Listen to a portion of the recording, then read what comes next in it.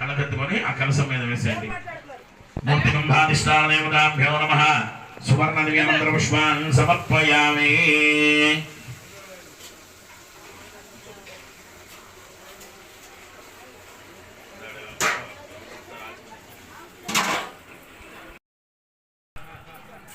కాశీ విశ్వేశ్వర స్వామి వారికి దివ్యమైనటువంటి మహాన్యాసపూర్వక రుద్రాభిషేక కార్యక్రమం అనంతరం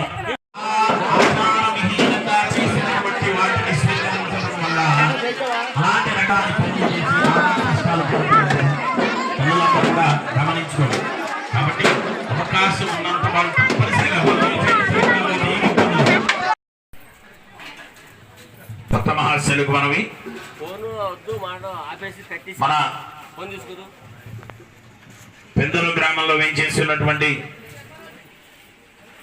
శ్రీ వక్కపాటి అంజిబాబు గారి గృహమునందు స్వయంభుగా వెలిసినటువంటి సుబ్రహ్మణ్య స్వామి వారి పుట్ట. ఈ శివాయ గురవే నమః. ఈరోజు పెందూరు గ్రామంలో వేంచేసినటువంటి వక్కపాటి అంజిబాబు గారి గృహం దగ్గర స్వయంభుగా వేంచేసినటువంటి సుబ్రహ్మణ్య స్వామి వారి పుట్ట దగ్గర ఇది 6వ సంవత్సర వార్షికోత్సవ కార్యక్రమం. దీనిలో భాగంగా ఈరోజు విశ్వశాంతి లోక కళ్యాణార్థమై అన్నపూర్ణ విశాలాక్షి సహితుడైనటువంటి కాశీ విశ్వేశ్వర స్వామి వారికి మహాన్యాసపూర్వక రుద్రాభిషేక కార్యక్రమం, అలాగే లోక కళ్యాణం కోసమై సుబ్రహ్మణ్య హవనం అనేటువంటి కార్యక్రమం ఈరోజు జరుగుతుంది.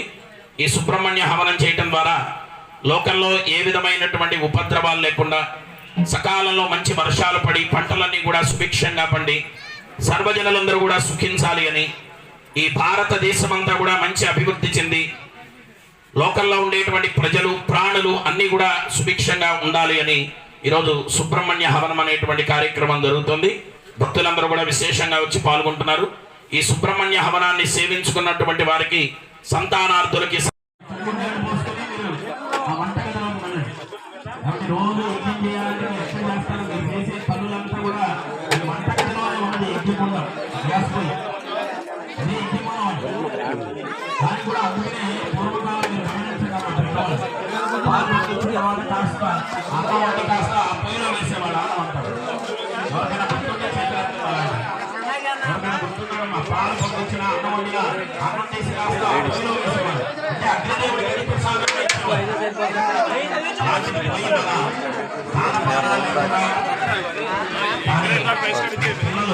తినే